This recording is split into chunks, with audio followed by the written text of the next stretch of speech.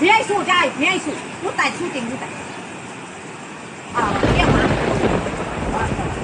કોઈ માર્યા બધાય એ ભગવાન એ માતાજી મેરડી માં તાય તાય એ મારી આ બધાય કોઈ મારી કાકાનું આખું તણાઈ